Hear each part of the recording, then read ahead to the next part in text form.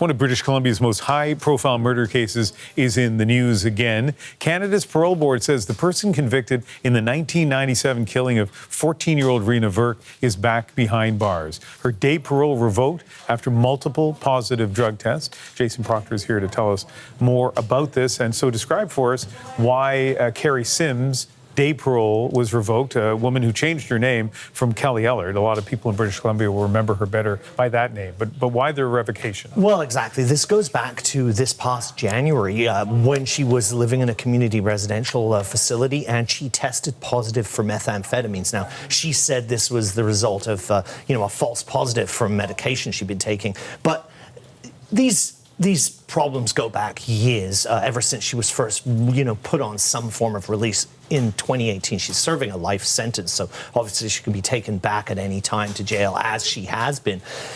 According to this parole report, when they wanted to take her back following this test, she, locked herself in her room, was kicking and screaming, saying she did not want to go back to a federal prison. She's apparently, her behaviours improved a bit since then, but she had another failed drug test in April, which ultimately she said she took another offender's medication and that accounted for that. But ultimately, the parole board deciding that, this repeat history of failed drug tests, this what they called rebelliousness, this aggressive behavior, was just basically meant she is too undue of a risk to society to be released, on day parole because of the risk that something might happen.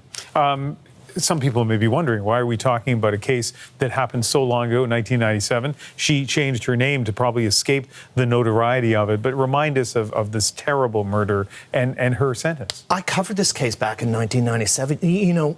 This was a massive deal. They've made a TV series out of it. She and another co-accused who was also found guilty followed this young woman who they had lured underneath a bridge in Victoria.